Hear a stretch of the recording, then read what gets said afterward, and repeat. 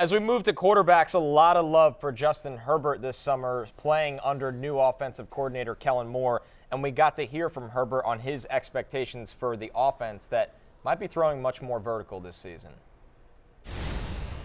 I don't think anything changes over the past couple of years. I think we've had that emphasis of trying to throw the ball downfield. Injuries and adversity and things happened like that last year, and so we didn't exactly play the way we wanted to play. But going into this year, we know that we've got the guys to be able to push the ball downfield, and the guys that especially are able to make the plays downfield.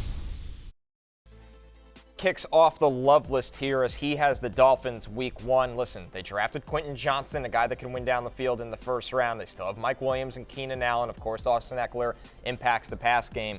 But what in the matchup do you like about Herbert in week 1? Well, I like that Jalen Ramsey's not there Yes. anymore, which is the huge thing. And I think a sneaky thing that went under the radar a little bit last year is Xavier Howard wasn't great last year. And I know he was banged up a lot of last season, but he has to show that he can get back to the guy who's finishing top 3 in Defensive Player of the Year. Eli Apple is in the mix now, so I think that certainly it's advantage Chargers in the passing game. And look, the Dolphins have an incredible front four, Vic Fangio in there now. They should have a great pass rush. But the Chargers offensive line, for the first time since I think pre-Phil Rivers, looks like it's in a pretty good state with Rashawn Slater back on that O-line. So I think that the Chargers should be able to move the ball pretty well, and Herbert should feast. Barry, you see a big week coming up for Herbert. Can he finish as a top 2 quarterback in fantasy week 1? I think he can finish as a top 2 quarterback in fantasy this year. I mean, he's done it before, right? So finishing as a top 2 quarterback this year, this week, is certainly within the cards. I have him at quarterback 5, but he's right there. Look, it's the second highest over-under on the slate. We expect a lot of points to be scored in this game.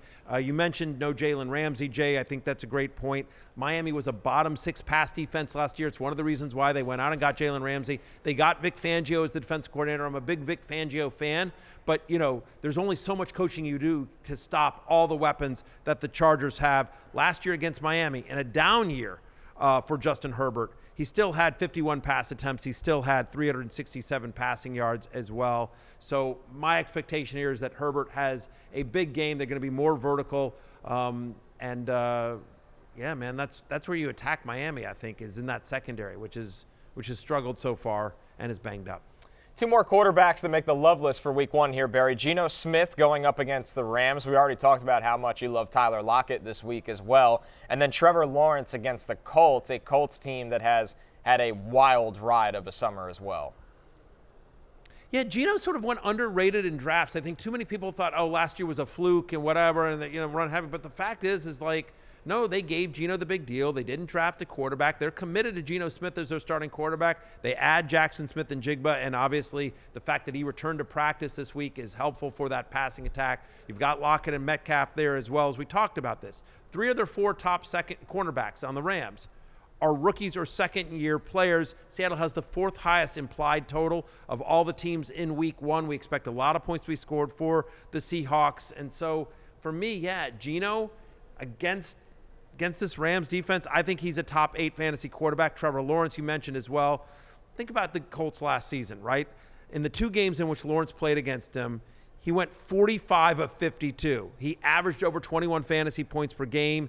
And then 4 of the top 5 corners for Indianapolis have 2 or less years experience in the NFL. It's also a very inexperienced secondary.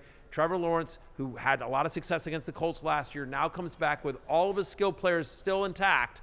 And he added Calvin Ridley, who should have made the love list this week, didn't. Calvin Ridley's going to have a big game. Trevor Lawrence is a top 10 play for me in week 1. A couple other quarterbacks that receive votes of the love list. Russell Wilson against the Raiders, Jay. Sam Howell, of course, against Arizona. And Derek Carr against Tennessee. We talked a little bit about how Carr has a advantageous matchup against the Tennessee secondary.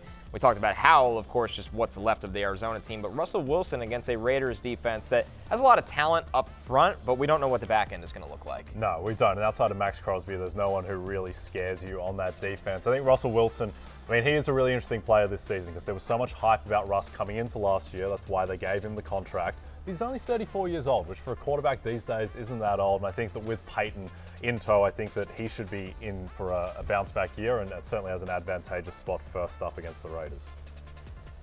Hey, it's Matthew Berry from NBC Sports and RotoWorld.com.